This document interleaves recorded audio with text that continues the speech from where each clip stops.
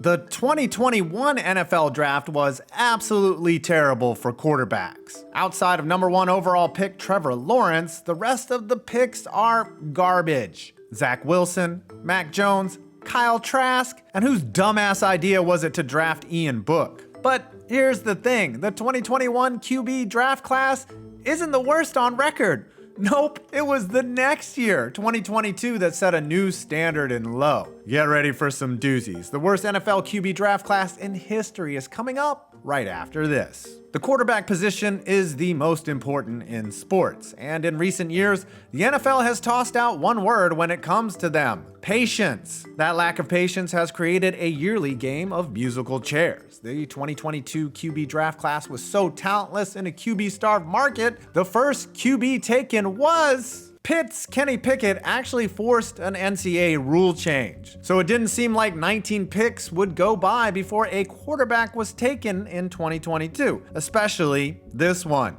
QB-needy teams like the Texans, Panthers, Titans, and Commanders all took non-quarterbacks before the Steelers had their go at 20. And they took Pickett, much to the joy of urinating Tree. Kenny Pickett, baby! Oh, we're going to Super Bowl! It seemed perfect. A kid from down the road taking over for the retired Captain Fatfuck. What's the worst that could happen? Before he was even drafted, comments were made about how small his hands were. His undersized appendages would be the least of his worries. Pickett started the season behind another bust, Mitch Trubisky, but in week 4, Kissin' Titties got injured, and it was Pickett time. He rushed for 2 TDs, one that gave them a 10-point lead, but in the end fell to Zach Wilson and the Jets. Yes, it was a bust party. Is this some kind of bust? Well, it's very impressive, yes, but we need to ask you a few questions. Pickett would start all but one game for the rest of the year, personally earning a 7-5 record as the Steelers finished 9-8, missing the playoffs but ensuring Mike Tomlin another winning season. That's what the standard is. The standard means every single time I say it. Pickett did have a knack for clutch, leading 4 fourth-quarter comebacks, including an inspiring 16-13 win over division rival Baltimore in Week 16. The Steelers thought they had something, so headed into the 2023 season, the job was Kenny's to lose. And let's just say he wasn't that spectacular. Again, a 7-5 record with only 6 TDs and 4 picks. He did lead 3 fourth-quarter comebacks, but by week 14, he was injured and never took another snap as a Steeler, as they made the playoffs behind Mason Rudolph and the Jaguars choking like Monica Lewinsky in the Oval Office. In the offseason, the Steelers signed Russell Wilson in a move some perceived as to be competition for Pickett, to push him. However, rumors swirled that he was upset about the impending duel, and Pickett was pushed all right. Pushed across the state to the Eagles with a 4th-round pick in exchange for a 3rd-round pick and 2 2025 7s. Oh my God! They killed Kenny! You bastard! Pickett went from being the incumbent starter to a guy who didn't want to compete with Russell Wilson to Jalen Hurts' backup and being replaced by Justin Fields in less than a week. He may not be a bust, but it's not looking good for him right now. Back to draft night. As Pickett was the first QB picked, it would be a remarkable 54 more selections until a QB would be taken again. However, it seemed like the talent evaluators absolutely nailed this draft, as the next QB taken was Desmond Ritter. Desmond Ritter knew nothing but success in college. His senior year blew away expectations as he led an underdog Cincinnati team to a berth in the college football playoff, where they promptly got their asses kicked. It didn't matter. After 30 TDs and only 8 picks, it looked like he would be a high pick in the draft. Instead, he fell to the 3rd round and into a QB room that featured Marcus Mariota as the only obstacle towards him seeing the field in Atlanta. Mariota eventually gave way to Ritter in week 15 and was put on the IR with a knee injury. Let's just say Ritter was more Desmond Ritter in 2022, going 2-2 as a starter and logging 3 games where he neither threw a pick or a TD and throwing for a total of 708 yards in 4 starts. Ritter won the job out of camp in 2023 and again was quite mid. Despite a 4-3 record to start the season, he was benched in week 8 for Taylor Heineke and then was in and out of the lineup for the remainder of the season. Now,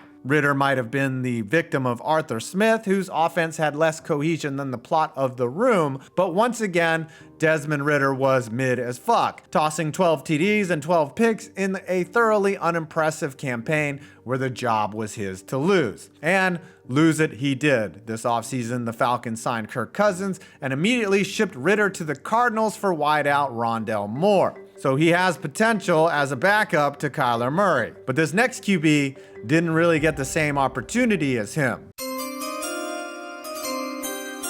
Malik Willis. At one point during his junior year at Liberty, Malik Willis was being touted as possibly the #1 overall pick in the 2021 or 2022 draft. Well, after a pedestrian senior campaign, his stock dropped. But that didn't stop the rumor mill from swirling that the Lions would take him at #2 overall in the 2022 draft. The Titans selected him in the 3rd round, and he saw the field very little in his rookie campaign. Ryan Tannehill was benched in week 2 after playing poorly, but Willis, who many deem now as a project, went only 1 for 4 while throwing for 6 yards. Tannehill was reinstated, but Willis started 3 games due to him being injured, and well, nothing special. He did win a game against the Texans, but was 6 of 10 and didn't even throw a TD. In fact, in 11 NFL games, Willis has yet to throw a touchdown. By contrast, Derrick Henry has 4 touchdown passes. The Titans promptly drafted Will I Love Mayo in My Coffee Levis in 2023, and Willis will likely continue his career as a perpetual understudy next season, unlike this next guy. Matt Corral. The next QB taken was Matt Corral, who probably came into the best/worst situation. Corral was entering a QB room on the Panthers that had Sam Darnold and PJ Walker, and the former Ole Miss QB had a real shot at possibly seeing the field his rookie season. But the worst part of this was it was with the Carolina Panthers. All of that opportunity vanished when he suffered a Liz Frank injury in the preseason and was subsequently waived by the Panthers before the year even started. He was picked up by the Pats as a member of their practice squad and was released a week later. He is currently on the Birmingham Stallions of the UFL, having never played a down in the NFL. This next guy played some downs. Bailey Zapp got more opportunities than you could imagine for a 4th-round pick. The former Western Kentucky Hilltopper was drafted to be the 3rd-string QB in New England behind Mac Jones and Brian Hoyer. Injuries to both thrust Zappy into action in week 4 of 2022, and the Zipster actually looked good, going 10 of 15 for 99 yards and a TD in the close loss to the Packers. And then he won consecutive starts in impressive fashion, beating the Lions and the Browns, respectively. The latter game throwing for 308 yards and 2 TDs. Mac Jones would return and struggle, and Zappy replaced him, but also began to struggle. And from here on, Zappy would be up and down, like your mom. He was actually cut before the 2023 season, re-signed, and then went back and forth from getting pined for to replace Mac Jones to being yelled at for being shitty when he was out there. Overall in 2023, he started 6 games, had a 2-4 record through 6 TDs and 9 INTs. With Mac Jones gone, he will likely either be a backup next year on a rebuilding Patriots squad. And this next guy wasn't anybody's backup.